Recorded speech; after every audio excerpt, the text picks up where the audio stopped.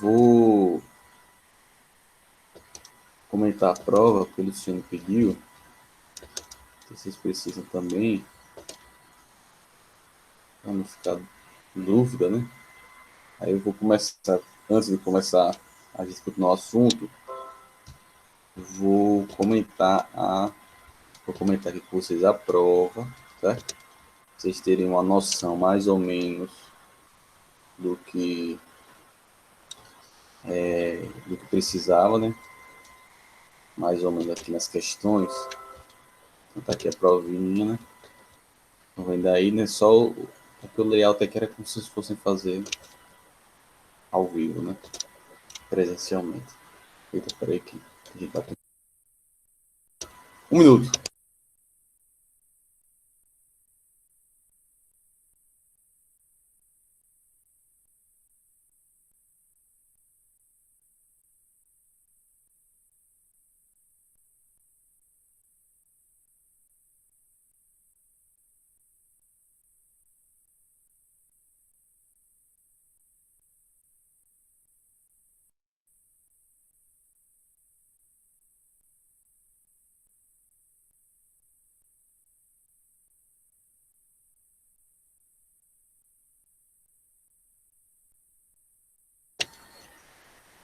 Mal, gente. Aqui tá.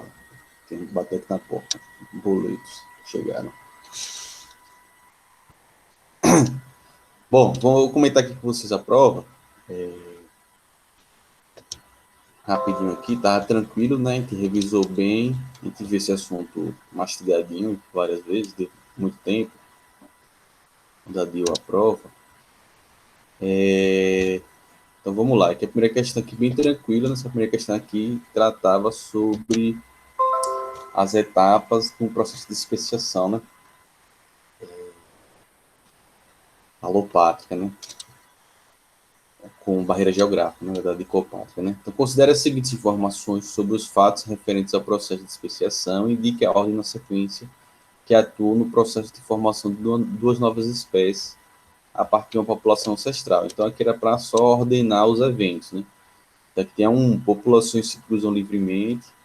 2, acúmulo de diferenças genéticas entre as populações. 3, estabelecimento de isolamento reprodutivo. 4, aparecimento de barreira geográfica entre as populações. Então, aqui era para ordenar os eventos, né? Então, qual era a ordem que seguia aqui, né? Então, seria as populações primeiro, né? Começando pelo 1 mesmo. Populações se cruzam livremente, né? Se reproduzem livremente. Aí depois passaria para o 4, né? Que seria o aparecimento de barreiras geográficas de barreira geográfica entre as populações, né? Então a separação das populações.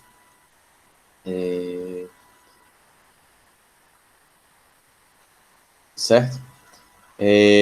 Depois desse aparecimento das barreiras, seria o 2, né? Ia começar a existir um acúmulo de diferenças genéticas entre as populações. E por último, que é o que determina, né, por assim dizer, o isolamento, a especiação, né, é o estabelecimento de isolamento reprodutivo entre as populações. Então, aqui para ordenar seria isso. Né, populações exclusas livremente. 4, o aparecimento de barreiras geográficas entre as populações. 2, o acúmulo de diferença genética entre as populações. E fecharia com 3, estabelecimento de isolamento reprodutivo entre as populações. A gente viu isso bem tranquilo isso aí nas etapas, né? Então, na aula e na revisão, eu cheguei a mostrar a vocês esses processozinhos e essas etapas, né? Então, tá bem tranquilo essa primeira questão aí. Era só ordenar esses eventos e bem fácil, né? Na segunda questão, os cientistas acreditam que, em certos casos, duas espécies podem surgir sem que haja qualquer isolamento geográfico prévio. Nesses casos, como é que a gente chama esse processo, né? Então, aqui vai ser a especiação do tipo simpátrica, né? Que é aquela que não tem o isolamento dos indivíduos, certo? Então, tem aquela assimpática, né? Ou seja, que os indivíduos eles vão sofrer modificações sem que, ou seja, corre o processo de especiação sem que os indivíduos se separem, né, em suas populações. Então, eles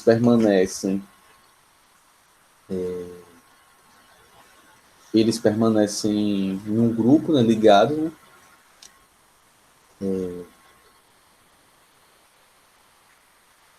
ou seja, sem nenhuma barreira geográfica separando eles, e eles podem sofrer esse processo de especiação, que pode ocorrer principalmente por processos de mutações, principalmente de mutações gênicas, né? Então, processos de mutações, elas podem acarretar nesse processo de especiação sem que haja o isolamento geográfico prévio. Então, nesse caso aqui seria o processo de especiação, que a gente chama de especiação simpática. Certo? Certo. Fácil aí também, né? É. Quem errou isso aí? Você acertou, Jean? Você não botou alopática, não? Eu não lembro. Eu não lembro mais, não. Tá certo. Não precisava mandar foto, não, né? Pro e-mail da prova. Não, essa não precisava, não. Essa não precisava, não. Só. É porque eu primeiro achei que ia precisar, depois não precisou mais, não.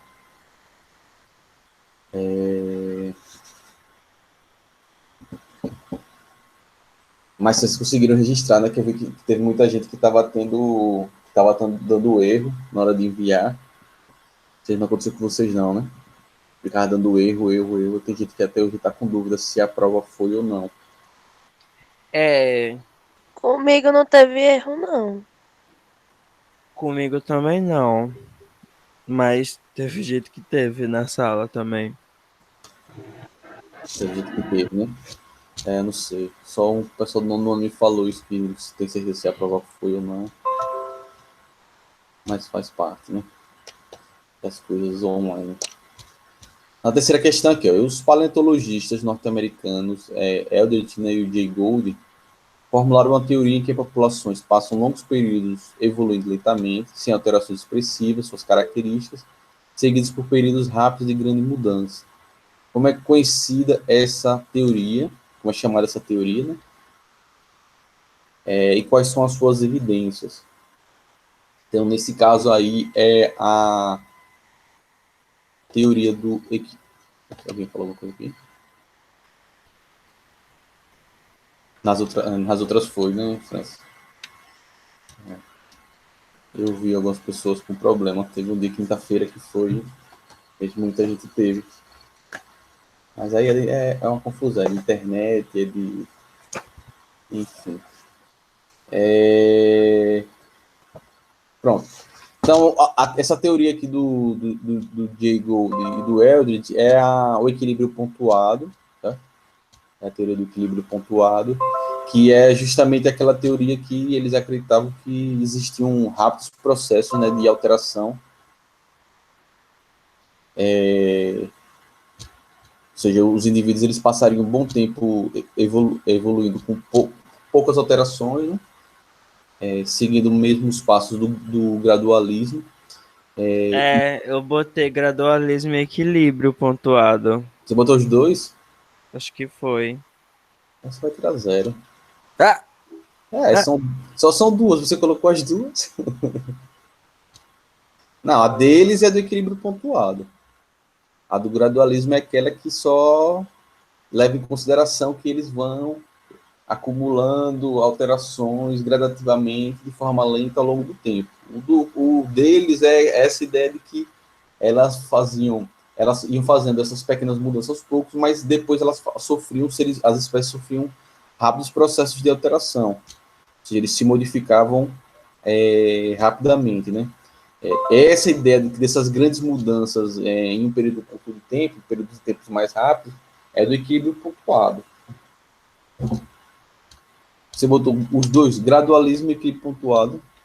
Eu não tô lembrado, mas eu tenho quase certeza que sim. Não, a deles era o equilíbrio pontuado. Eu não lembro como eu botei. Eu posso ter botado gradualismo. Pera. Inspirado pelo grande, sei lá, alguma coisa assim. Tá.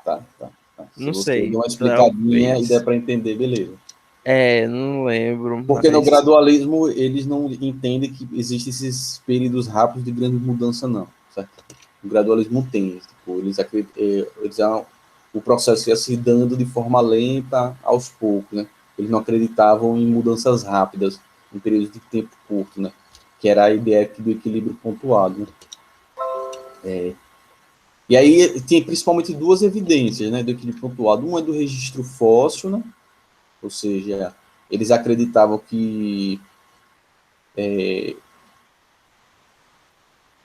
no registro fóssil, como as diferenças entre o registro fóssil e as espécies, por exemplo, espécies que existem hoje em dia, eles acreditavam que não se dava necessariamente pela ausência de registro fóssil, ou seja, pela ausência de fósseis. Eles acreditavam que não existiam esses fósseis intermediários dessas espécies, justamente porque, na realidade, esses organismos eles sofreram esses períodos, esses processos rápidos de alteração em curto de tempo pequeno, né? Então, esses fósseis não existem não porque eles não chegaram a se formar, mas na realidade é que esses organismos intermediários necessariamente eles não existiam, né? Ou não existiram, né? Porque na realidade esses organismos eles se alteraram de forma rápida, né? Por equilíbrio pontuado. Então, o registro fóssil e essas lacunas seriam explicados pelas rápidas transformações em curtos períodos de tempo. E a outra evidência que eles tinham era justamente a diversidade biológica que existe, né? Ou seja, eles acreditam que só que pelo equilíbrio pontuado não existiria tamanha diversidade de organismos como a gente tem hoje em dia, né? Então, eles acreditam que a diversidade biológica que tem no planeta, ou seja, a quantidade de organismos que existem no planeta, só existe porque eles provavelmente evoluíram por equilíbrio pontuado, ou seja, eles tiveram esse período de rápidas transformações que levaram e que levou a uma grande concentração de novas espécies, ou seja, um grande processo de formação de novas espécies. Se fosse só pelo equilíbrio pontuado, a gente não teria tantas espécies como a gente tem hoje em dia. Então, aí seriam duas evidências que vocês poderiam ter colocado aí, certo? Na quarta questão aqui, falava aqui, o alemão naturalizado brasileiro, o Fritz, né, descobriu que o fato de algumas espécies tóxicas de borboletas serem parecidas entre si reforça a proteção de todas elas contra predadores. Como chamamos esse processo adaptativo? Nesse caso, é o mimetismo mulleriano, né? De quando você tem os dois tipos de mimetismo, né? O batesiano e o mulleriano. O batesiano é aquele que espécies que não são, por exemplo, venenosas ou tóxicas, né? Elas se beneficiam, né, por exemplo, do padrão de cores por serem semelhantes a espécies peçonhentas, venenosas, né? Ou tóxicas. Precisava. Eita, peixe, que eu acho que eu botei só. Meu Deus. Botou só mimetismo, tinha que Foi. diferenciar. E tem dois tipos, né? Esse, quando são várias espécies que são tóxicas, os peçonhentas, que elas se parecem entre si e que acaba protegendo todas elas, né, por esse padrão, era o mimetismo mulleriano. Eu botei isso. O Eu mimetismo... não lembro, mas eu tenho quase certeza que eu só botei mimetismo. Meu Deus. Aí vai zerar a questão mesmo. Não, eu dou metade, aí eu dou metade. Ah, tá. Não se preocupe, não, eu dou metade. Se ele identificou que era mimetismo, ele identificou qual era o tipo, aí eu dou metade da questão. Mas esse caso era o mimetismo mulleriano. O batesiano é aquele que é uma espécie que não é venenosa, peçonhenta ou tóxica, né? Ela tem um padrão de cores de uma que é, e por isso ela se beneficia, né? O mulleriano não. Esse mulleriano é que ele fala de todas as espécies que são tóxicas, ou venenosas, ou peçonhentas, e elas têm esse padrão que acaba identificando e protegendo aquele grupo todo de espécies diferentes, né? Então tinha que identificar, certo? Quem não identificou, quem só botou mimetismo, aí pega a metade da questão. Quem botou o tipo, aí nesse caso, pega a questão inteira. Certo? Na terceira. Na terceira questão, na quinta. O que é isolamento pós-zigótico? Cito dois exemplos, né? O isolamento pós-zigótico, né?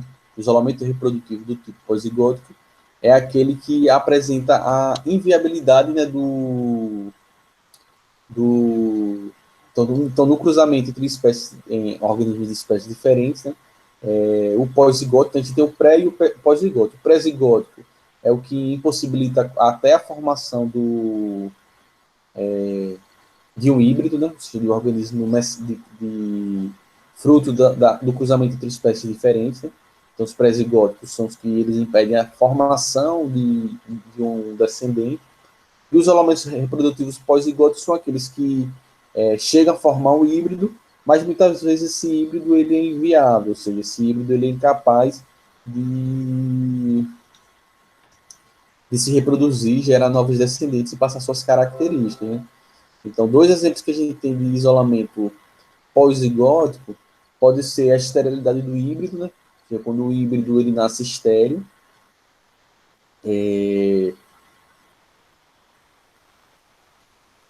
Então, o híbrido ele não pode se reproduzir, que é a história lá do burrinho, né?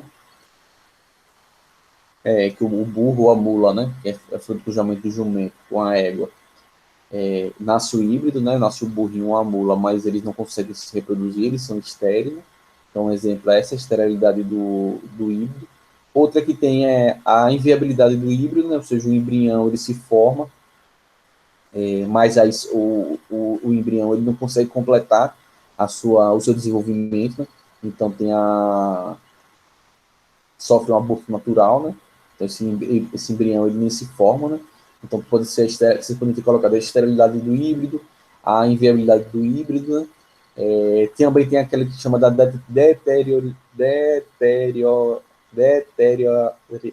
deterioração da geração F2, ou seja, os indivíduos cruzam, formam o híbrido em F1. Esse F1 ele consegue se reproduzir, mas os indivíduos de F2, quando nascem da reprodução de F1, eles são debilitados, né? Ou seja, geralmente eles são ou nascem com deformidades ou com alguma alteração no corpo, ou eles nascem estéreis, né? Então, acho que a gente chama de deterioração de F2. Né? Então, tem esses três, bastava colocar um dos dois. Né? Então, colocar dois dos três. Né? Então, a inviabilidade do híbrido, a esterilidade do híbrido, também tinha esse caso aí da deterioração de F2. Né? Ou seja, o híbrido o híbrido é fértil, mas quando ele se reproduz, os filhos deles, né, que são a geração F2, vão nascer aí com algum problema, alguma deformidade, né? Que vai inviabilizar a vida dele, ou até eles podem nascer normais, dentro do entendimento do que é normal, né? Só que eles, no caso, nasceriam estéreis, né? Então aí tem três, bastava colocar dois exemplos. Sexta questão. O que foi a era Mesozoica? Cite três eventos que ocorreram nesse período de tempo. E que era a era Mesozoica, né? Essa era Mesozoica aí era a era, né, que foi dominada seria a penúltima era, né? Que a gente tá vivendo, né? Não que a gente tá vivendo, é que veio antes, né? Que a gente vive, né? Foi a era de dominação dos raps, né, dos grandes raps, né? Então seria a era de dominação dos raps, né? A era que marca justamente pela dominação desses grandes raps e mais marketingmente dentro desses raps são mais popularmente conhecidos, né? Os dinossauros, então seria essa era dos dinossauros, então algumas características que a gente teria nesse período seriam justamente o surgimento dos dinossauros, né? No início dessa era, a extinção em massa dos dinossauros e de outros grupos de organismos ao final da era Mesozoica, né? Que marca o fim da era Mesozoica. Nesse período aí a gente também teve o surgimento das aves, o surgimento dos mamíferos, né, dos pequenos mamíferos, principalmente. Nessa era também a gente teve o início do domínio das plantas angiospermas, né, no ambiente, ou seja, a expansão das plantas angiospermas e por aí vai, né? Já disse um bocado, né? Bastava dizer três, né? Pronto, essa questão também estava facinho, né? Aí, né? Vamos ver lá, quem botou as perguntas do Wikipedia, tirar zero. Sétima questão. Os peixes linguados vivem a uma parte do tempo parados sobre a areia do fundo do mar. Como sua coloração apresenta o mesmo padrão do fundo marinho, passam desapercebidos de seus predadores e também de suas presas. Trata-se de um exemplo de qual processo adaptativo. Aí essa questão também é moleza. Aí nesse caso aí era o caso camuflagem, né?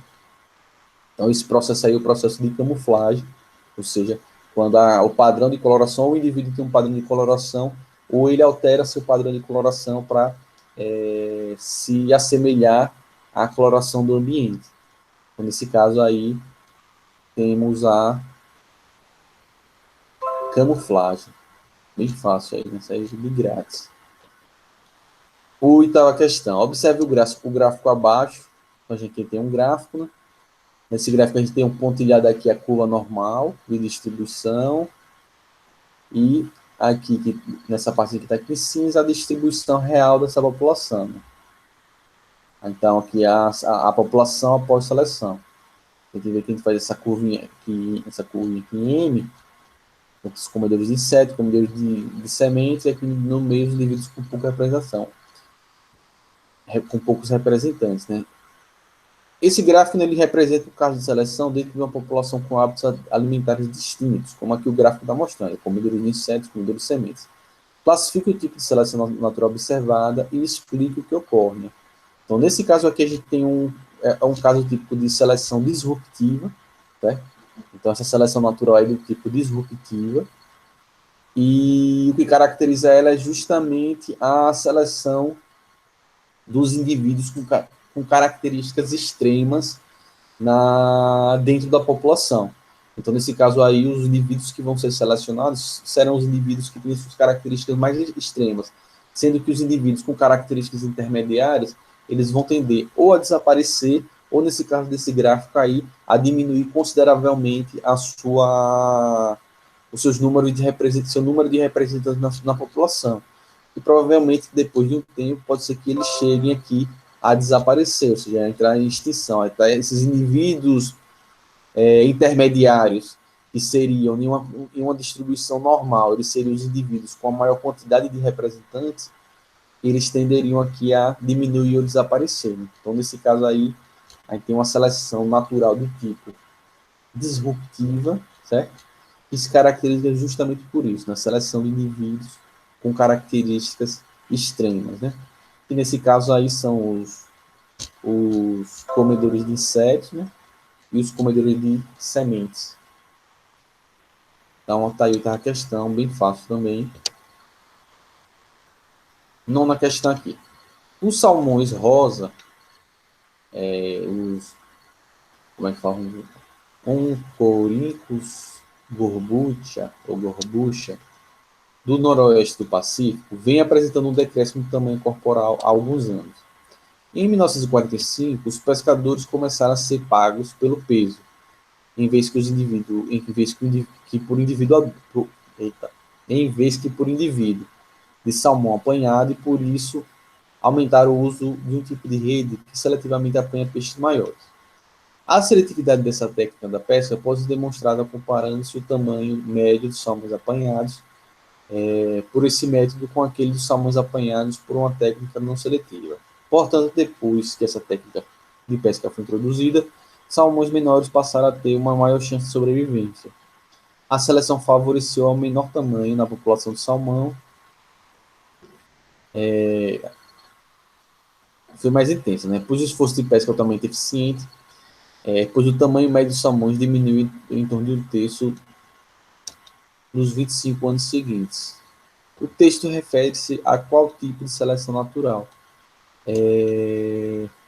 Nesse caso aqui, a seleção que a gente está encontrando aí nesse exemplo é a seleção direcional, né? Então, o que essas redes fizeram foi selecionar no ambiente, ou seja, favorecer os indivíduos de tamanhos menores, né? Então, já que a rede era bastante especializada em capturar os peixes maiores, então aqueles peixes menores eles escapavam dessa rede, né? E nesse caso os peixes de tamanhos menores, de dimensões menores, eles eram favorecidos por essa técnica de pesca. Então, nesse caso aí, como fosse favorecer um dos extremos da população, né, da característica, que no caso é o tamanho do salmão, nesse caso aí a gente tem um exemplo de seleção direcional. ou seja, os indivíduos de uns extremos eram favorecidos em detrimento dos outros, ou do outro. Por último, aqui na 10ª questão também, para facilitar também bastante, aí, antes de começarmos as avaliações envolvendo genética, né? Temos esse caso aí, a seleção sexual, né? O processo que aqui seria esse processo de seleção sexual. O processo de seleção sexual, ele nada...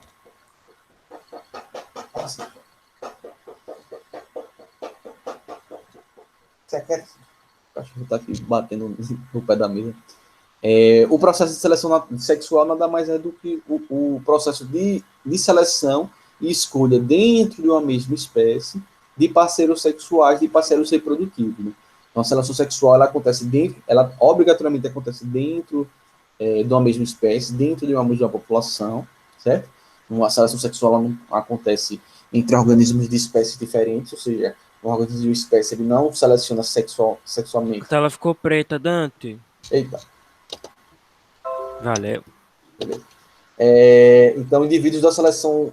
Então, o processo de seleção sexual, né, os indivíduos, ela obrigatoriamente acontece dentro da mesma população, ou seja, dos indivíduos da mesma espécie. Por quê? Porque indivíduos de populações diferentes, ou seja, indivíduos de espécies diferentes, eles não vão se selecionar sexualmente, né, ou seja, uma espécie ela não vai fazer processo de seleção sexual com organismos de outra espécie. Então, tem que acontecer dentro de uma mesma população, dentro de uma mesma espécie. E são os processos que levam a disputa, né, ou a seleção de parceiros sexuais. Né? Geralmente, os processos de seleção sexual, na grande maioria das espécies, né, elas vão ser realizados pelas fêmeas. Né? Então, as fêmeas que vão selecionar os parceiros, os machos, né, para poder se reproduzir. Né? E aí a gente vai ter uma série de mecanismos. Pode ter mecanismos de corte, né? Ou seja, que os indivíduos eles se apresentam para as fêmeas, né? Então, isso pode ser a partir de alguns organismos que é a partir de dança, né? Alguns a disputa mesmo. Os machos lutam entre si, o macho vitorioso da luta vai ter o direito de se reproduzir com as fêmeas. Esse processo de seleção sexual pode acontecer a partir do canto, né? Ou seja, da emissão de sons por os animais.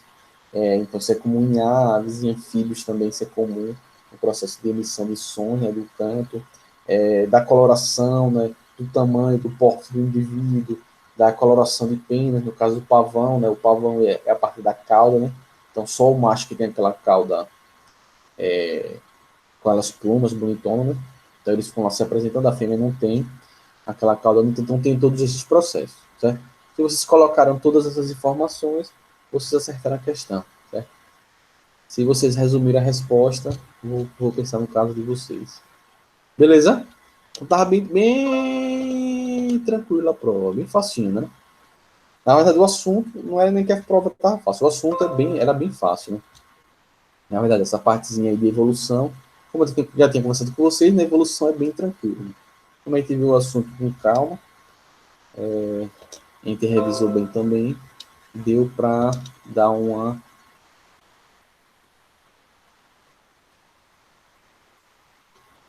Deu para. Chegou aí, Vitor, chegou aí. Bom dia, Vitor. Deu para se sair bem, né? Espero, né? Todo mundo tá saindo bem. Beleza? Vocês ficaram com alguma dúvida com essa prova? Muito fácil, né?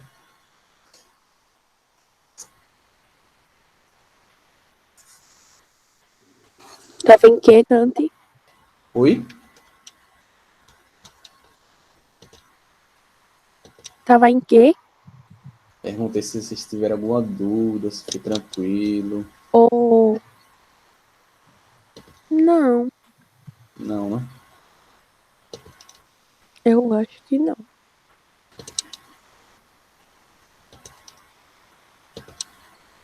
Fácil, né? Pronto. Coisa, mas eu ainda não corrigi, não, viu? Eu ainda vou corrigir, então não sei nota de ninguém, não. Eu peguei o tradutor, Ok. só devo corrigir hoje ou amanhã. Ah, tá. Beleza? Então vamos continuar com nossos assuntos.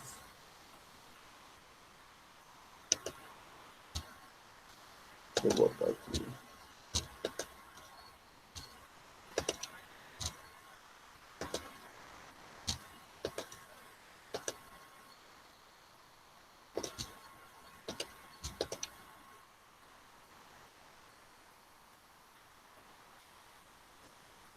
Vamos lá conversar um pouquinho, antes de a gente voltar a falar lá dos cruzamentos e etc, etc. E antes de a gente começar a falar dos diferentes tipos de herança genética, né? Já que todo mundo já aprendeu a fazer os cruzamentos, tudo certinho. Tem alguns conceitos que são importantes, que eu devo ter falado por cima, mas eu devo ter explicado de forma mais detalhada, né? Então, tem dois conceitos que são bem importantes e eles vão aparecer recorrentemente, ou seja, com frequência, nas questões de genética, né, de agora do começo até o final de genética, que são esses dois, além daqueles conceitos que a gente já estudou, né, que a gente já viu, do que são os alelos, do que é um alelo dominante, do que é um alelo recessivo, como o alelo dominante se expressa, como o alelo recessivo se expressa, como é que a gente representa os alelos dominantes, os alelos recessivos. Então, além daqueles conceitos, tem esses outros dois conceitos que estão representados nessa imagem, que vão tratar justamente também de genética, que são dois conceitos centrais, né? São justamente os conceitos de genótipo, o conceito de genótipo e o conceito de fenótipo, certo? Esses dois conceitos, eles são muito importantes, eles sempre vão estar aparecendo aí, né? Esses dois conceitos, eles foram introduzidos lá no começo do século passado, né? 1909, 1910, e eles começaram a ser empregados justamente para a gente conseguir diferenciar duas coisas que se confundiam muito e até hoje as pessoas confundem, né, bastante. Né? O primeiro é justamente o termo, justamente esse termo aí, que é o termo do genótipo, né? Esse gênus aí ele significa, ele vem de se originar, né? De origem, e tipos características, né? Então, esse genótipo seria a origem, vamos dizer assim, seria de onde se originam as características, né? Quando a gente fala do genótipo, a gente está se referindo especificamente à constituição genética dos indivíduos. Ou seja, a gente está falando do DNA, a gente está falando dos genes, dos cromossomos, né? Ou seja, quando a gente fala de genótipo, eu estou falando especificamente dos alelos que o indivíduo tem lá no seu DNA, no seu material genético. Ou seja, toda vez que a gente se refere a genótipo, a gente se refere aos alelos, aos genes, certo? A informação genética, aquilo que está escrito e descrito no material genético dos indivíduos, certo? É isso que a gente... Eita, me deixou aqui o negócio, peraí, gente.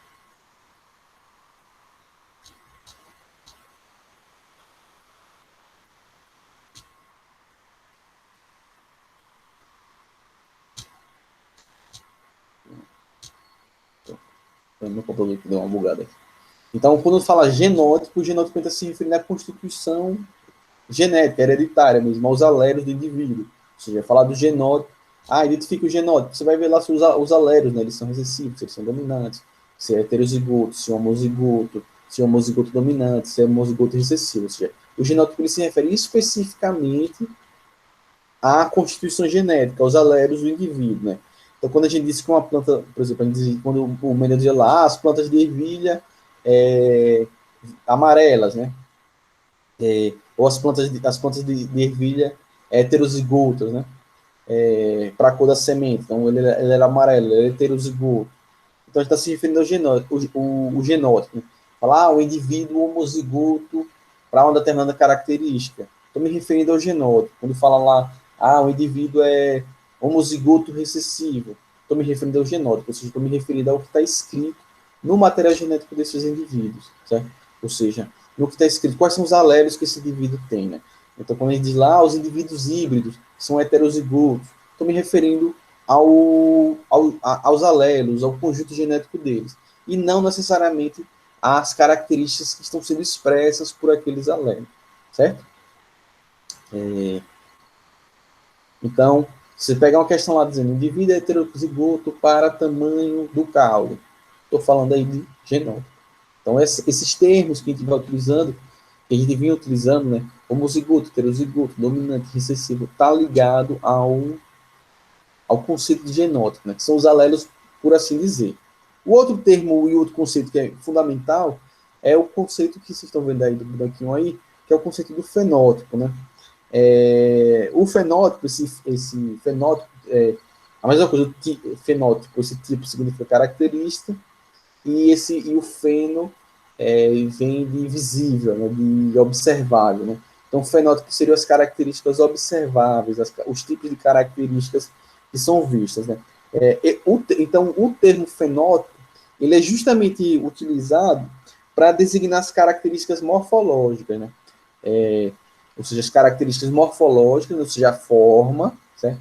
As características fisiológicas, que são características de funcionamento, certo? Ou características comportamentais que o indivíduo vai ter, né? Então, o fenótipo ele vai se referir justamente às características morfológicas da forma, então, cor do olho, cor do cabelo, tipo do cabelo, as características fisiológicas de funcionamento, né? Ou seja, a produção de um hormônio produção de tiroxina, que é o hormônio que controla o metabolismo do corpo, né? E características comportamentais, ou seja, determinados comportamentos que o indivíduo tem. Então, o fenótipo ele se refere a essas características que se apresentam nos indivíduos. Então, por exemplo, quando a gente fala da cor da semente, não, da semente amarela, semente verde, isso é o fenótipo, certo? Semente lisa, flor vermelha, flor branca, isso é o fenótipo, certo? Então, o fenótipo é a expressão, certo? Então, cor dos olhos, cor da pele, cor do cabelo, números de dedos nas mãos, a cor do pelo de um animal, né? As preferências reprodutivas e por aí vai, né? Então, os fenótipos, o fenótipo, são as características que são observáveis. Mesmo aquelas características microscópicas, né, ou de natureza, da natureza bioquímica, né, das substâncias bioquímicas, né, das substâncias produzidas pelo corpo do indivíduo, que você só observa, por exemplo, uso do microscópio, o microscópio eletrônico de varredura, isso também é o fenótipo, por exemplo, o tipo do sangue, né, a tipagem sanguínea, que a gente só identifica o tipo de sangue das pessoas a partir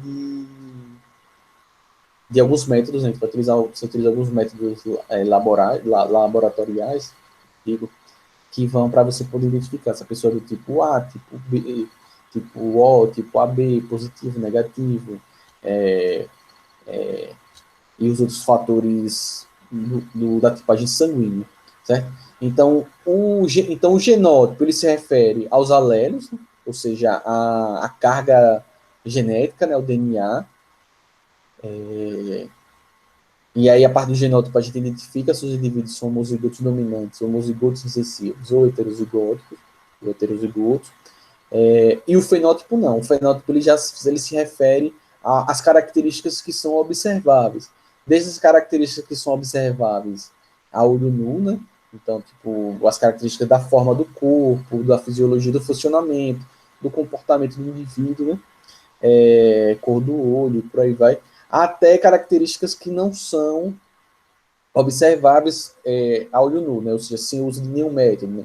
Então, até as características bioquímicas do indivíduo, tipo sanguíneo, a produção hormonal e por aí vai, também são características fenotípicas, certo? Então, tem essas duas diferenças aí, né? Então, vocês precisam entender as diferenças, essa diferença quando você utiliza o termo genótipo e quando a gente utiliza o termo fenótipo. Então, vocês têm que saber a diferença desses dois, né? Até aí tá tranquilo, gente? Deu para entender o que é genótipo, o que é fenótipo? Sim ou não? Ou talvez? Sim, um tantinho. Muito obrigado, Franciele. Tá. Vocês estão ouvindo, o vizinho está aqui cantando nas alturas. Entendeu, né, Vitor? Ótimo. Você está vazando aí. Tá empolgado dele.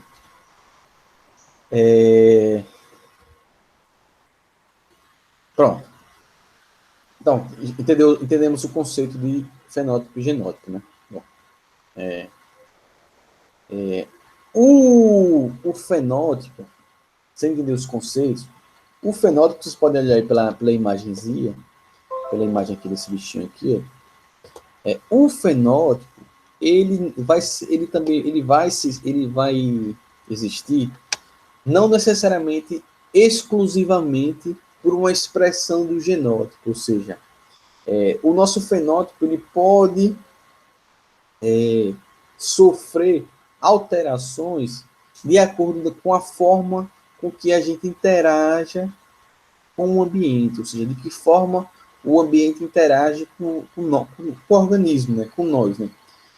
Então, o fenótipo ele pode ser apenas fruto de uma resposta do genótipo, ou seja, o fenótipo ele pode ser a expressão 100%, a expressão 100% daquilo que está determinado pelo genótipo, pelos alelos, certo? Mas na grande maioria dos casos, e muitas vezes acontece isso, o fenótipo, ele acaba sendo uma interação entre o que o genótipo determina, mais essa interação com o ambiente físico, ou seja, com o ambiente que nos cerca, certo? Então, hoje em dia, a gente sabe, lá no início da genética, acreditava que os fenótipos eram 100% do que o genótipo determinava, ou seja, o fenótipo nada mais era do que a expressão no indivíduo do que estava determinado no material genético, ou seja, lá no genótipo determinava a cor da pele negra, aí o fenótipo da pessoa era negra, certo?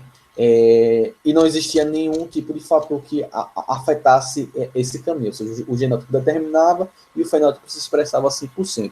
Hoje em dia a gente sabe que existe essa interação do genótipo com os fatores ambientais.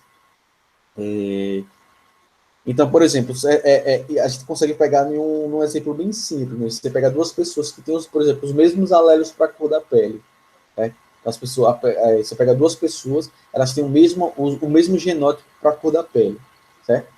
E aí você pega essas duas pessoas com o mesmo genótipo e uma dessas pessoas vai para a praia todo final de semana, né? Fica indo lá para a Cinelândia todo final de semana, tem gente que vai todo dia, naquele dia, Cinelândia, e a outra pessoa fica trancada em casa jogando Fortnite.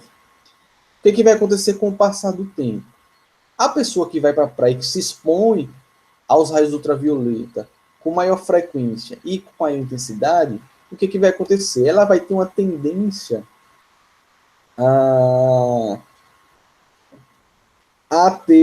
vai acontecer um processo de a tendência é que a cor da pele dela vai ficando mais escura, fique mais escura, devido ao quê? Devido à exposição aos raios ultravioletas com maior intensidade, né? Então, o que vai acontecer é que as células do corpo, os melanócitos, que são aquelas células que produzem melanina, vão começar a produzir melanina, uma forma de tentar proteger o corpo da pessoa, né, da ação dos raios ultravioletas, tentar absorver esses raios ao máximo. Então, o que vai acontecer? Aquela pessoa que está trancada em casa, jogando videogame, jogando LOL, né? E aquela pessoa que fica, por mais que eles tenham os mesmos genótipos, mas aquela pessoa que está lá sendo exposta ao sol com maior frequência, a pele dela vai tender a ficar mais escura do que aquela pessoa que está trancada em casa sem exposição. Então, por mais que eles tenham o mesmo genótipo, mas o que acontece? A forma como essas pessoas interagem com o ambiente pode levar a que elas tenham uma expressão do fenótipo diferente, ou seja, ela pode levar a que o fenótipo dela se altere, com que o fenótipo dela se modifique daquilo que é determinado pelo genótipo. Então, o sujeito que estava trancado em casa, jogando LOL, né? Vai ficar lá com a pele dele, se ele for um branquelão, né? Vai ficar lá com a pele dele branquelona lá. E aquele outro branquelão que paga de surfista, que fica lá na Cinelândia, vai ficar com a pele, primeiro ele vai ficar rosa, vermelho, né? Mas ele vai tender a ter uma pele um pouco mais escura do que aquele indivíduo que foi trancado em casa. Ou seja, eles têm o mesmo genótipo, mas a forma como o indivíduo interage, então, esse fenótipo ele vai se alterar de acordo com o quê? Com o genótipo, que ele vai determinar uma característica, né? O material genético dele vai determinar aquela característica, e aquela exposição ao ambiente, ou seja, esses dois fatores interagem para determinar o fenótipo. Então, o fenótipo ele é fruto da interação entre o genótipo, ou seja, entre aquilo que é determinado pelo material genético do indivíduo, pelos alelos do indivíduo, mais a forma como esse genótipo interage com o ambiente, ou seja, a forma como esse indivíduo é exposto ao ambiente, ou seja, então a expressão dos genes pode ser modificada de acordo com a interação que o indivíduo tem com o ambiente. Né? Então, o fenótipo ele não é fruto exclusivo do genótipo, ele é fruto de uma interação entre o genótipo e fatores ambientais, né? Da mesma forma, por exemplo, tem caso de, quando ele vai ficando velho, né? Ele vai ficando velho, aí vai ficando com a pele enrugada, ou seja, você vai ficando velho, o seu material genético ele permanece o mesmo, né? Mas com o passar do tempo, você vai ficando mais estragado, né? Dependendo de como você leva a sua vida, você vai, seu fenótipo ele vai se alterando, né? Então, por exemplo, a pessoa trabalha no sol todos os dias, durante 30 anos da vida, e não usa, por exemplo, protetor solar, né? Sei lá, um agricultor, por exemplo, ele vai ter a tendência a ter um maior envelhecimento de sua pele, por mais que seu DNA não diga que a pele dele tem que ser envelhecida daquele jeito, certo? Mas aí a expressão se altera devido a esses fatores, essa interação do genótipo com esses fatores, desses fatores ambientais, certo? Então, a gente tem essas alterações que podem se dar do fenótipo, ou seja, por mais que a gente vá estudando, quando a gente estuda genética, a gente estuda mais o genótipo e a expressão que ele dá, né? Por que a gente estuda isso? Porque como as interações ambientais elas podem alterar bastante o fenótipo, então veja que, então parei para pensar, se a gente fosse estudar os cruzamentos, as probabilidades de como os indivíduos nasceriam, se a gente utilizasse muito esse fator ambiental, seria um fator de confusão, né? Então ia deixar o assunto mais difícil para a gente poder, principalmente quando fosse fazer os cálculos, os cruzamentos. Então, por mais que quando a gente estuda genética, a gente estuda um alelo determinando uma característica, um alelo determinando um fenótipo, né? Então, aqueles alelos determinando a cor da semente, os alelos determinando a cor da pele, por mais que a gente estude assim de forma mais isolada, a gente retira os fatores ambientais para se tornar mais fácil, primeiro, o nosso entendimento do assunto de genética, né? Segundo, para que a gente consiga calcular nossas probabilidades sem esse fator extra de confusão, né, que seria os fatores ambientais, né? Então, o que eu estou querendo dizer para vocês? Então, por mais que quando a gente fica estudando genética, a gente estuda o genótipo e fala sobre o que ele expressa, ou seja, genótipo, fenótipo, a gente ignora os fatores ambientais durante o estudo, só para poder facilitar para a gente estudar, só para facilitar a nossa compreensão, certo? Mas que é importante vocês saberem que, na grande maioria dos casos, os nossos fenótipos eles não são 100% exclusivos de uma expressão do genótipo. Muitos dos nossos fenótipos eles são afetados por fatores ambientais, certo? E são vários. Aí eu falei nesse caso da exposição do sol. Mas às vezes tem, por exemplo, fatores ambientais mais simples, né? Por exemplo, a pessoa tem do genótipo da pessoa determina lá que o cabelo dela seja preto. Então tá lá no genótipo escrito lá que o cabelo, ou seja, ela tem os alelos que determinam que o cabelo dela seja preto, certo? Aí a pessoa tem o cabelo preto dela, vai no salão de beleza, ou em casa mesmo, pega lá, comprou a tinta e pinta o cabelo de azul, por exemplo. Então, essa pessoa vai ter qual é o fenótipo dela depois que ela pintou o cabelo de azul. O fenótipo do cabelo dela vai ser azul, certo? Mas o genótipo dela determina que o cabelo dela seja preto, ou seja, qual foi a interação ambiental aí? Ela comprou a tinta e pintou o cabelo. Então o fenótipo dela, que era antes de o cabelo dela, o fenótipo dela era cabelo preto, o fenótipo dela passou a ser cabelo azul. Mesmo que o genótipo dela determine lá que ela tem o cabelo preto. Ou seja, essa interação do ambiente, ou seja, esse fator que o indivíduo foi lá, a pessoa foi lá e pintou o cabelo de azul e alterou o seu fenótipo, mostra como os fenótipos eles podem, de forma mais simples, né, podem ser modificados de acordo com interações do ambiente. A pessoa vai lá, sofre um acidente de carro e perde uma perna, né? Então, qual é o fenótipo da pessoa com relação ao número de membros? Ela vai ter 3 membros, né? 2 braços e uma perna. Mas o genótipo dela está lá escrito que ela tem que ter 4 membros, né? 2 pernas e 2 braços. Ou seja, mas essa interação com o ambiente que foi esse acidente fez com que esse indivíduo ele alterasse o seu fenótipo, ou seja, a perda de um membro fez com que ele modificasse o seu fenótipo. Se ele perdeu a perna dele, acabou um dos membros, modificou o fenótipo dele. Ou seja, o que eu quero dizer com isso? O fenótipo ele pode ser modificado de acordo com o tipo de interação ambiental, o grau de alteração ambiental, certo? Já o genótipo não. O genótipo ele não é tão facilmente alterado. O genótipo ele só sofre alteração se o indivíduo sofrer uma mutação, certo? Então, se o indivíduo sofrer uma mutação e aqueles alelos dele se modifiquem, aí sim a gente pode dizer, como a gente já viu lá, a falando de evolução, quando eu falei de mutação na evolução, aí o genótipo da pessoa, do indivíduo pode alterar, mas o genótipo ele só se altera se o indivíduo sofrer uma mutação gênica com alteração em seus alelos, né? Mas o fenótipo não. O fenótipo ele pode ser modificado de acordo com a interação com o ambiente, ou seja, uma interação maior, menor, o tipo de interação, certo? E muitas vezes essas alterações fenotípicas elas podem ser revertidas, né? Então, se aquele sujeito que eu falei lá do começo que vindo para a praia para de ir para a praia, com o passar do tempo, né, o fenótipo dele vai se modificando novamente e vai se reaproximando daquele indivíduo que não gosta de sair de casa, certo? Ou seja, vai se aproximando mais daquilo que o genótipo dele determina, né? Então, o fenótipo ele pode ser alterado e ele também pode voltar, dependendo de qual foi a alteração fenotípica, ele pode voltar ao seu estado mais próximo daquilo que é determinado pelo genótipo, dependendo do grau de interação com o ambiente, certo?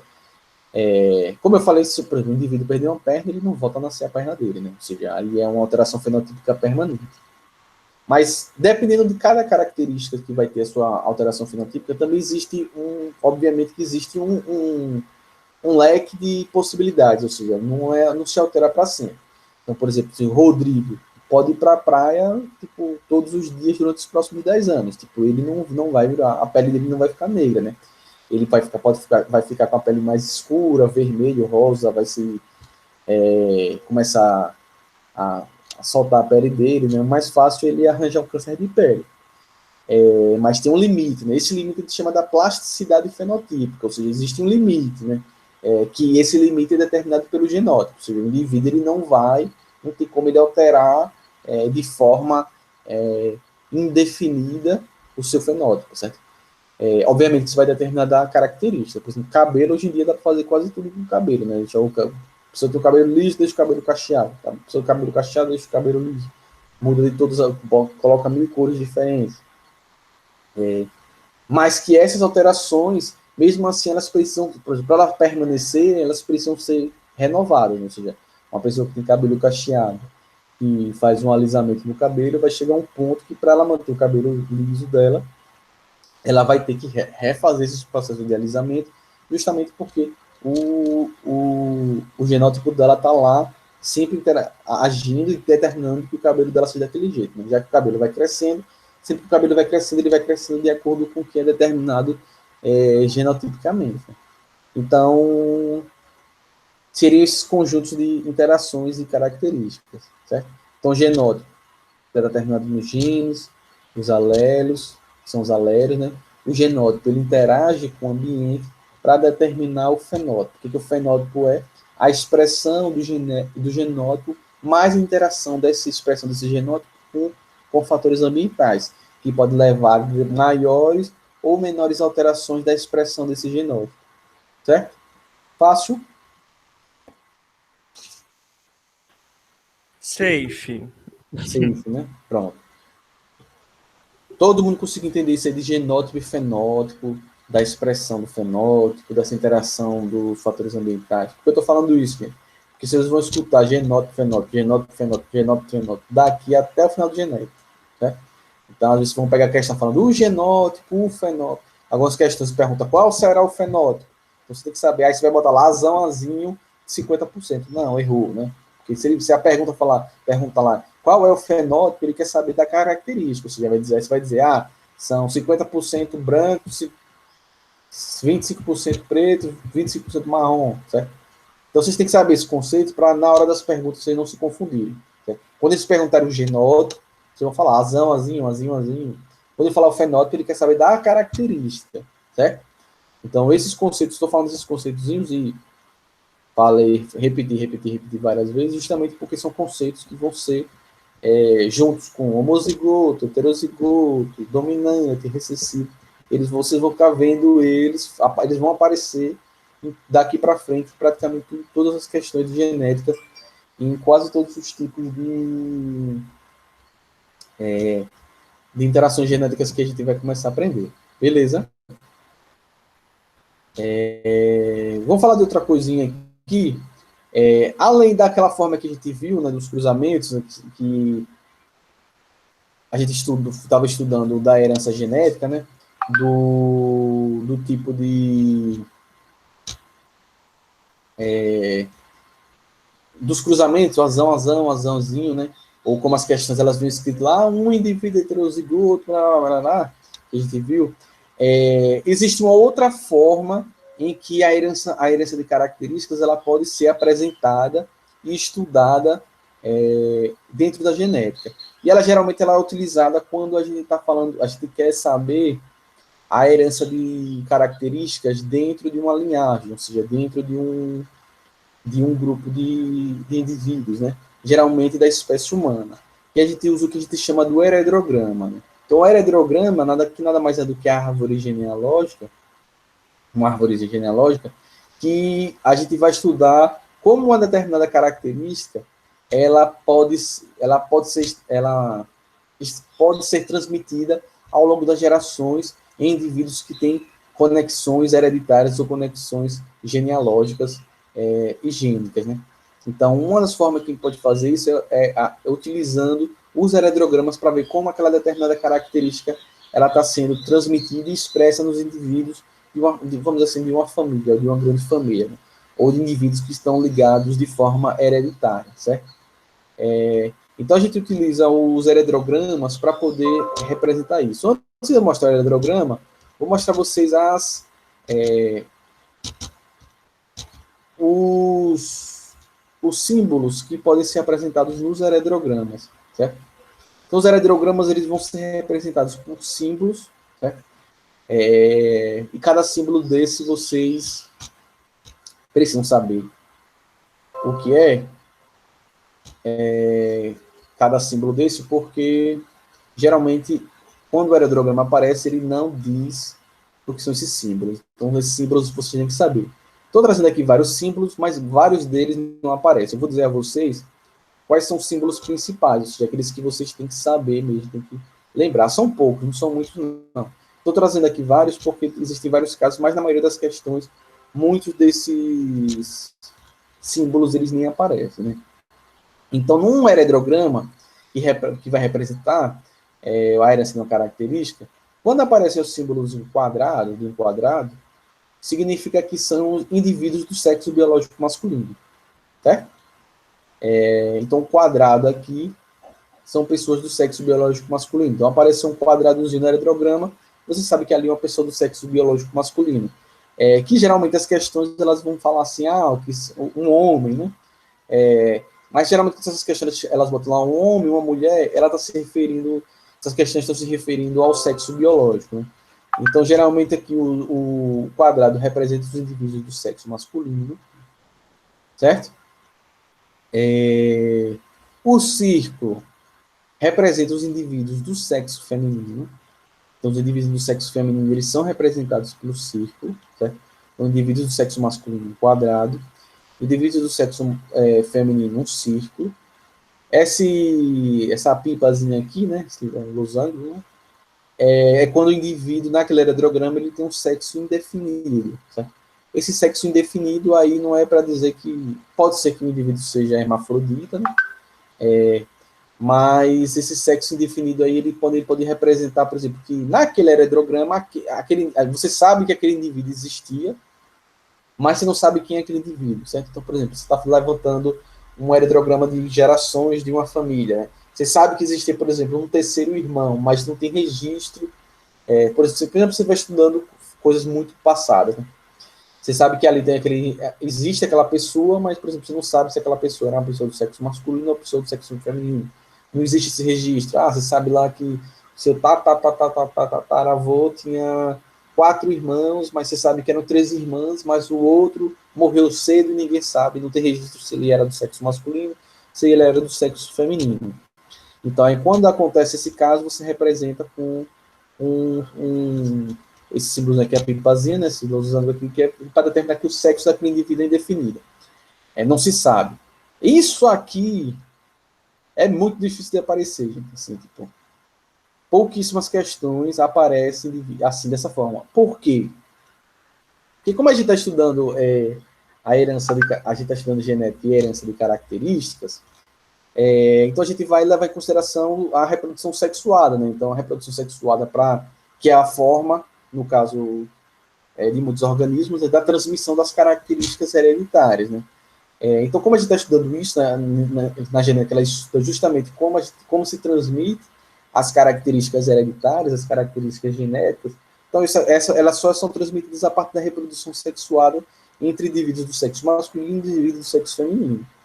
Então, quando aparece um indivíduo desse aqui, do sexo indefinido, por que as questões não colocam muito eles? Porque isso seria irrelevante para o estudo da herança das características, né? Então não seria tão interessante, a não ser que fosse uma questão que envolvesse justamente perguntas sobre a simbologia do aerograma. Aí pode aparecer, mas como geralmente poucas questões vão estar perguntando o quadrado, o que significa quadrado? Não, geralmente as questões elas vão dar um aerograma e vão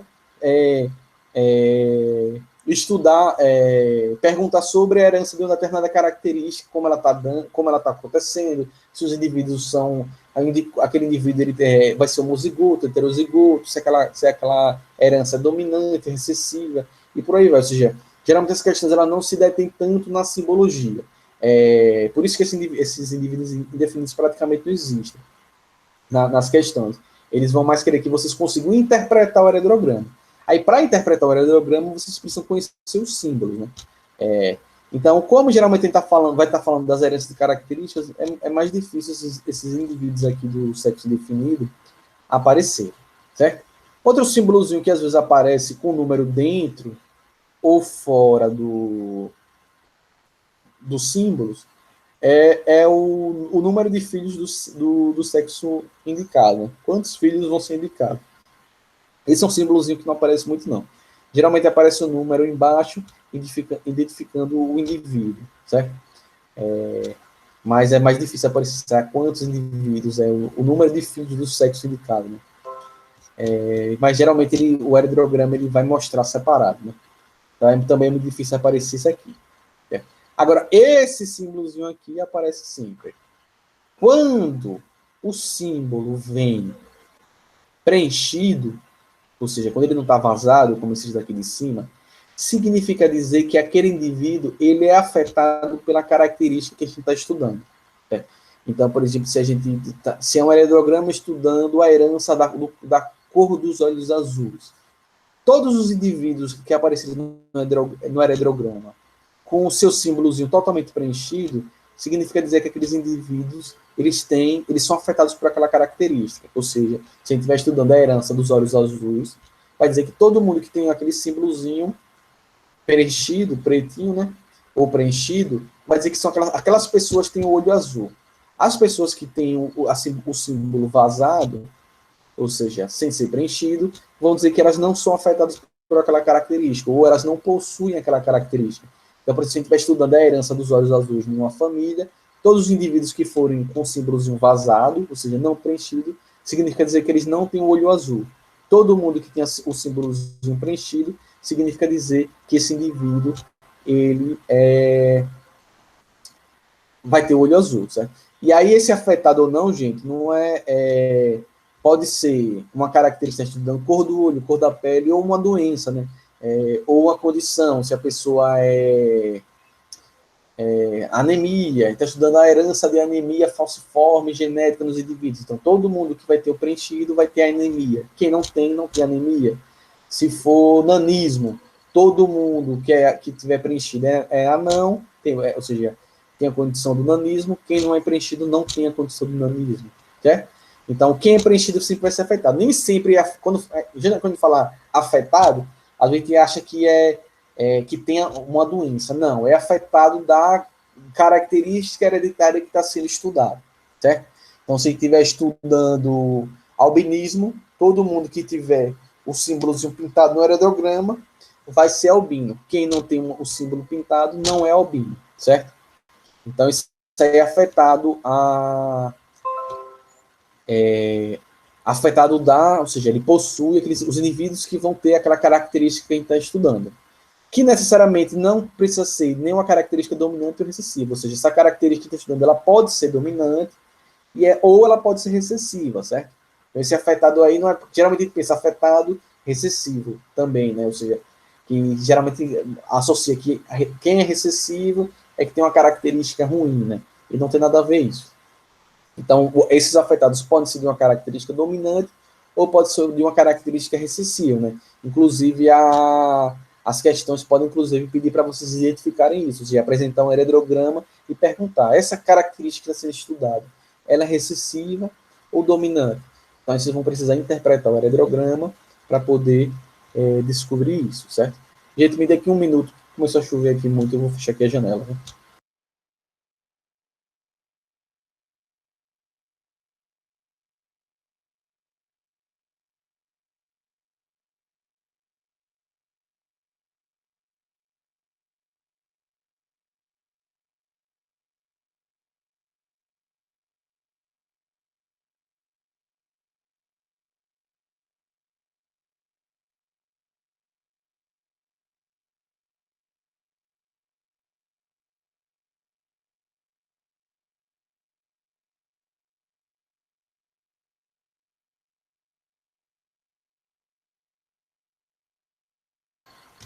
Pronto, voltei. Certo? Então, os afetados aqui são os preenchidos, eles vão ter a característica hereditária. Certo? Outro símbolo que existe, mas nunca aparece, quando os indivíduos são heterozigotos, ou seja, para um caráter autossômico, né? Então, ele vem metade preenchida para dizer que ele é heterozigoto. Isso aqui, olha, esse símbolo existe, mas nas questões não aparece de jeito nenhum, para facilitar para vocês. Ou seja, vocês precisam interpretar os heredrogramas, as questões cobrem justamente que vocês interpretem os heredrogramas para conseguir identificar quem é homozigoto, quem é heterozigoto, quem é dominante, quem é recessivo. Então, esse símbolozinho aqui dos heterozigotos também é um símbolozinho que difícil, raramente aparece, certo? Quer dizer, eu nunca vi, na verdade. Bom, quando os indivíduos do sexo masculino e do feminino, eles são ligados por essa linhazinha aqui, paralela aqui, né, conectando, isso significa que eles são um casamento, ou quer dizer que eles têm uma relação conjugal, né, uma relação sexual que pode gerar filhos. Então, esse símbolozinho aqui quer dizer que eles são conectados, têm casamento, são companheiros de vida, né? Se dessa linha derivar uma linha perpendicular, que significa que eles são os filhos, né? Outro símbolo que pode ser aqui, ligação pontilhada, um acasalamento, ou seja, um caso, né? Gaia, talaricagem, um casamento extraconjugal, dificilmente aparece. Aqui, cortado, divórcio, não aparece. Quando tem duas linhas, acasalamento consanguíneo, ou seja, de pessoas da mesma família, primos, de primeiro grau, principalmente. difícil de aparecer. Gêmeos monozigóticos, gêmeos idênticos, né? Gêmeos dizigóticos, gêmeos não idênticos. Desses símbolos aqui, o mais comum vai ser aqui de casamento. Esses aqui dificilmente aparecem, como eu falei, como justamente porque você pode ter heredrogramas que vão tratar de outras coisas. Mas os heredrogramas, como a gente vai estar tratando da herança de características herdáveis, né, hereditárias, então a maioria desses símbolos aí, eles dificilmente aparecem. Certo? Quem vai aparecer muito aqui? Os sexos, né? Masculino e feminino. Se eles são afetados ou não, se eles vão estar preenchidos, eles são afetados. Vazados, eles não são afetados, né? As conexões aqui das ligações. Vou mostrar aqui logo um aerodrograma. Pronto, aqui a gente tem um caso de um aerodrograma simples, bem simples, né? Então, como é que eu vou interpretar aqui esse aerodrograma? Aqui ele apareceu aqui a legendazinha, homem, mulher e os afetados, né? Boa parte das questões elas não vão trazer essa legenda, não. Elas vão trazer o aerodrograma e você que se vire, né? Ou seja, você tem que conhecer os símbolos e interpretar o aerodrograma, certo? Muitas vezes o aerodrograma, a gente vem aqui na lateral, olha, do lado, geralmente do lado esquerdo, determinando, marcando aqui números romanos, por exemplo, aqui tem 1, 2, 3. Cada número desse aqui representa uma geração, certo? Então, aqui a 1 é essa geração aqui, que vai seguir aqui na horizontal com eles. Ó. Então, ele tem 3 gerações. A geração 1, que é representada por esses 2 indivíduos. A geração 2, que são esses 4 indivíduos aqui. E a geração 3, que são esses 2 indivíduos. Por que eu falo isso? Porque às vezes a questão ela pode se inferir, né? Colocar número romano 1, número 1. Então, ele está se referindo ao indivíduo dessa primeira geração, a essa mulher aqui, certo? Como eu falei para vocês, às vezes eles veem os números aqui embaixo representando, contando os indivíduos da geração, certo? Então, é o indivíduo 1 e 2. Às vezes, essa numeração ela é contínua, ela vai 1, 2, 3, 4, 5, 6, até o final. Às vezes, ela se reinicia a cada geração, como está aqui. Então, na geração tem o indivíduo 1 e 2, na geração 2 tem o indivíduo 1, 2, 3, 4. Então, não existe uma regra absoluta aí, não. Você pode, às vezes, pode ir seguindo 1, 2, 3, 4, 5, 6, ou você pode toda vez, a cada nova geração, você reiniciar essa contagem. Certo? Então, como é que eu interpreto aqui? Olha? Então, nessa primeira geração aqui, a gente tem uma mulher, né, que vai ter essa relação conjugal aqui com um homem. Ela é uma mulher que é afetada por uma característica, que está sendo representada aqui nesse aerodrograma. Então, ela é casada com um homem que não é afetado, certo? Então, uma mulher casada tem uma relação com um homem afetado, certo? Aí, como eu falei, quando desce esse garfinho aqui, ó, tá vendo? Esse símbolozinho aqui de garfo, significa dizer que esses indivíduos que estão conectados por esse garfinho a esse casal aqui, significa dizer que eles são filhos dele. Então, o que eu quero dizer aqui? Que essa mulher afetada, que tem essa relação com esse homem não afetado, 2, eles têm 3 filhos. Ó. Olha o garfinho aqui, olha, conectando aqui, esses 3. Ó. São 3 filhos. Um homem não afetado e 2 filhas que também não são afetadas por essa característica. Certo? Então, esse casal aqui tem 3 filhos, sendo que é um homem, uma pessoa do sexo masculino, de passagem, né? E 2 pessoas do sexo feminino, e esses 3 indivíduos, os 3 filhos deles não são afetados por essa característica que a mãe possui, ou seja, eles têm um fenótipo igual ao fenótipo do pai, certo? Outra coisa que às vezes tem no aerodrograma é que geralmente, não é uma regra, mas muitas vezes se estabelece isso, que a ordem que a gente coloca os filhos no aerodrograma é uma ordem por idade, né? Então, primeiro você coloca o mais velho, depois o do meio, depois o mais novo. Você coloca uma ordem de nascimento. Então, da esquerda para a direita vai vir quem nasceu primeiro e até a direita que nasceu por último. Então, o mais novo sempre vai estar mais à direita. Então, seria aqui um filho mais velho, uma filha do meio e uma filha mais nova, certo? Então, são os 3 filhos desse casal aqui, 1 e 2, dessa primeira geração. O filho mais velho aqui, sexo masculino, ele casa ou tem uma relação com uma mulher, certo? Uma mulher que não é da família, que, assim como ele, não é afetado por essa determinada característica, certo? Esse casal aqui, vai ter, olha aqui o garfinho, olha, vai ter 2 filhos. Uma filha mais velha, não afetada por uma característica, e um filho mais novo que é afetado por essa característica da avó dele, certo? Então, os pais deles não têm essa característica, não são afetados por essa característica, mas esse indivíduo 2 aqui, ele vai apresentar a característica, ou seja, ele vai ter o mesmo fenótipo da avó paterna deles, certo? Deu para entender aí, gente? Como é que interpreta um heterograma? Sim ou não? Deu sim, Dante. Dante. Diga. Ah, tá. Achei que você. Deu sim para entender. É que eu Pronto. tava falando, você não acha que não tava ouvindo. Não, eu vi. Você falou baixo, mas eu escutei. Entendeu, né? Pronto. Isso é assim que vocês interpretam um heredograma, certo? Aqui tá, como eu falei, esses são os principais símbolos são esses aqui, ó, que vão aparecer. Vocês conseguirem saber quem é filho de quem tem uma relação com quem é do sexo masculino, quem é do sexo feminino, quem é afetado e quem não é. A maioria dos heredogramas, eles vão só ter isso aqui. Pode ter a legenda para ajudar vocês, pode não ter, certo? Mas a maioria dos casos é isso aqui. Esse aqui é um heredograma bem mais simplesinho, certo? Deixa eu botar aqui um heredograma mais complexo para vocês verem.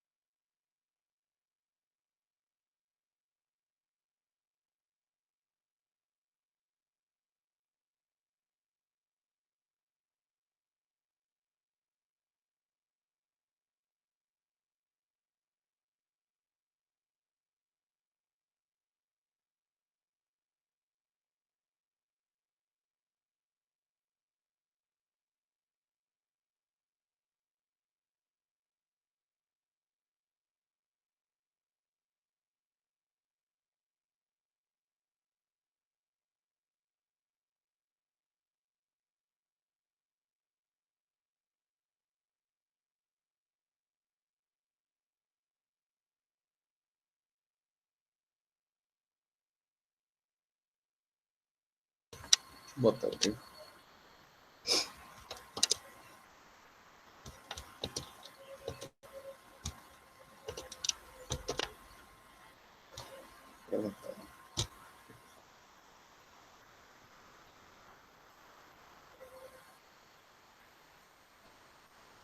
Pronto, aí apareceu agora. Né? Então, aqui é um exemplozinho. E aqui tem mais informações, mais indivíduos. Nesse caso aqui, esse exemplo, ele traz... qual é a característica que está ajudando aí? O lóbulo da orelha solto. Que é aqui essa... Que tem o lóbulo da orelha, essa aqui onde que antigamente as pessoas colocavam brinco, né? Que é o lóbulo da orelha, né? A almofadinha aqui da orelha. E aí tem isso, né? Tem gente que tem o lóbulo da orelha preso aqui no rosto, aqui no cantinho, né? No caso. E tem gente que tem o lóbulo da orelha solto, né? Isso é uma característica que é determinada por alelos, né? Então, o que vai acontecer aqui? Todo mundo que é afetado, que tem preenchido, tem o lóbulo da orelha solto, e todo mundo que tem é vazado tem o lóbulo da orelha preso, né? Então, aqui tem aqui, ó, então, a gente tem um indivíduo do lóbulo da orelha solto, ou preso, desculpa, casado com uma mulher do lóbulo da orelha preso. Eu estou falando só ao contrário, né?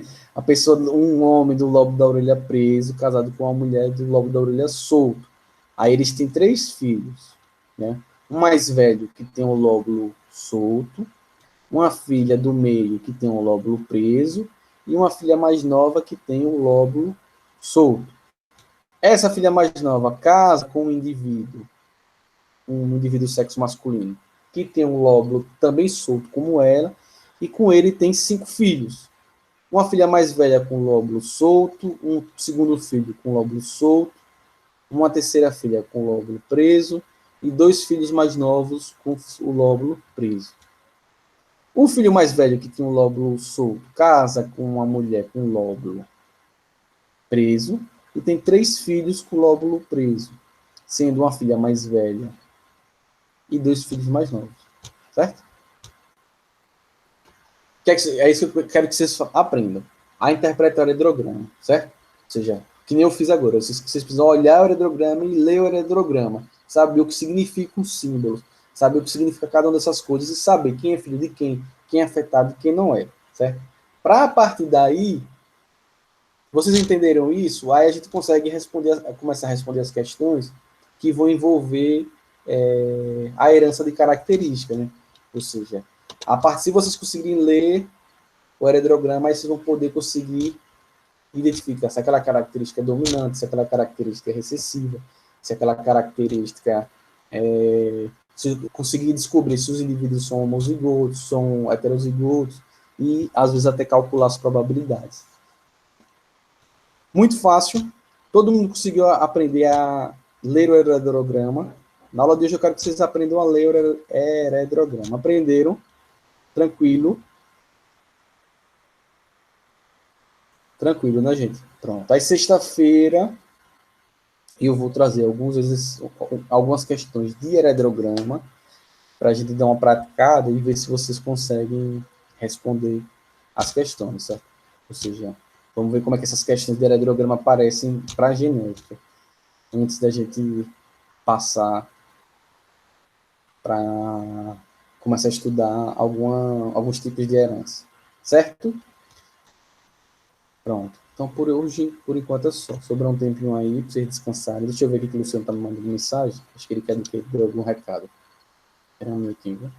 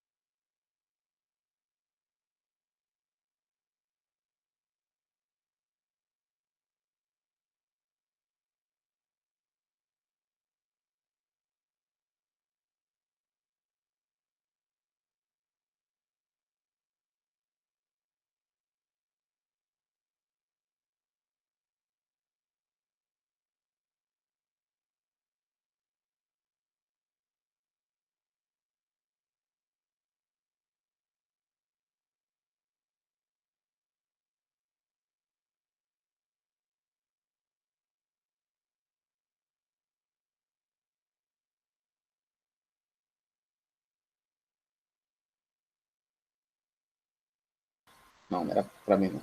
Era o recado sobre de exatas. Beleza, gente? Então, descanse um pouquinho aí.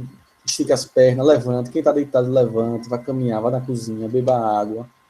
Volte. Viu? Boa. Mas eu tô aqui. Se tiver coisa para perguntar, pode perguntar.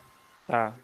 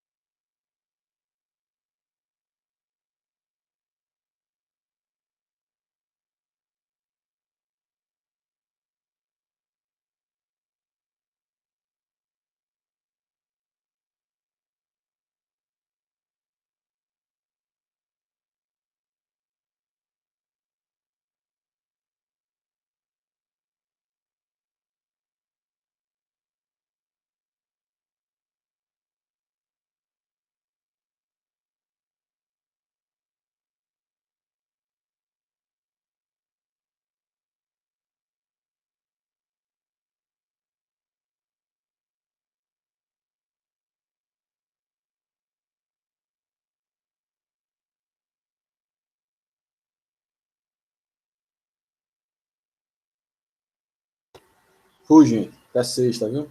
Boa aulas aí que virão. E acorde. É. Tchau, gente. Até Ninguém dorme sexta-feira. aqui não, velho. Boa noite. Nunca. Até sexta, viu, gente? Tchau. Falou, Dante. Falou. Ixi, agora em inglês, meu Deus do céu.